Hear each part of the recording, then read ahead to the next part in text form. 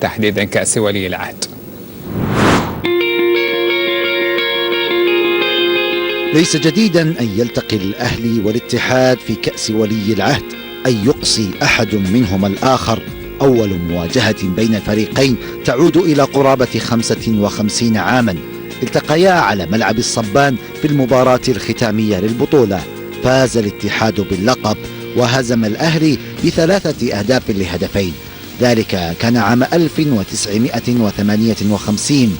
تسلم الكأس من يد الملك فيصل حين كان وليا للعهد. ابتعد الفريقان عن التنافس على لقب كأس ولي العهد، ثم عادا بعد أن عادت البطولة التي توقفت 15 عاما. التقيا في ربع نهائي 1999. كرر الاتحاد الفوز بهدفين، الأهلي سجل هدفا واحدا. مباراة تألق فيها المهاجم سليمان الحديثي وسجل هدفين في آخر 3 دقائق نقل بها فريقه إلى نصف النهائي. عامان بعدها والفريقان يتواجهان مجددا، هذه المرة في المباراة النهائية. الأهلي يفوز باللقب بهدفين لهدف. ركلة جزاء حصل عليها الأهلاويون في آخر الدقائق، تقدم لها خالد الشنيف وسجل منها هدف الانتصار. عاد الفريقان للقاء مجددا العام 2004. البطولة للاتحاد بفضل رأسية المتألق دائما حمزة إدريس صديق الشباك الخضراء. ورغم أن المباراة في الرياض إلا أن الجماهير حضرت بكثافة، لكن الاتحاديين حملوا اللقب من يد الراحل الملك عبد الله.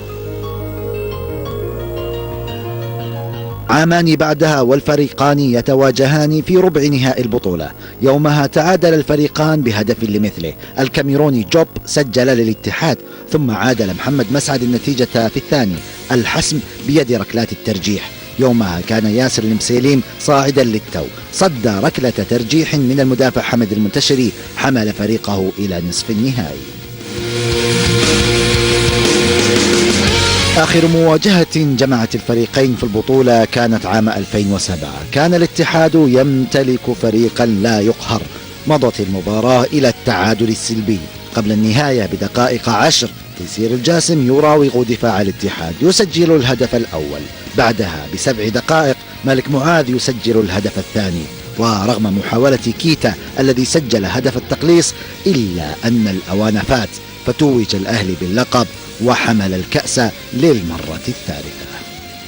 محمد القناص، العربية.